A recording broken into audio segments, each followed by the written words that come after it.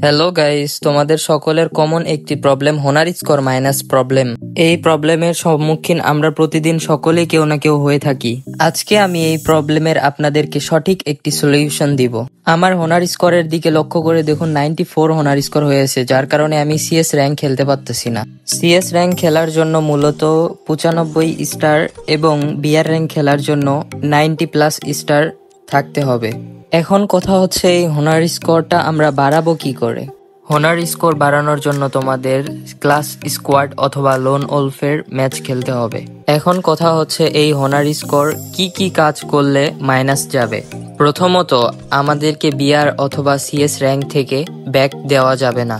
দ্বিতীয়ত, আমাদের যদি নেট প্রবলেম থাকে অথবা ওয়াইফাই চলে যায়, সেক্ষেত্রে 2-3 মিনিটের মধ্যে যদি আমরা গেমে ঢুকতে না পারি, তাহলে আমাদের হোনার স্কোর মাইনাস যাবে।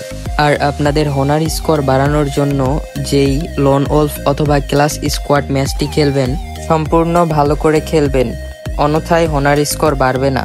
ভালো করে খেলে ম্যাচটি হেরে গেলেও হোনার স্কোর প্লাস পাবেন। দেখেন, ম্যাচটি হারা সত্ত্বেও আমি প্লাস পেয়েছি। আর আরেকটি গুরুত্বপূর্ণ বিষয়, একদিনে সর্বোচ্চ হোনার স্কোর বাড়ে 5 পয়েন্ট, এর বেশি বাড়ে না। আপনাদেরকে যে যাই বলুক, 5 পয়েন্টের উপরে কেউ বাড়িয়ে দিতে পারবে না।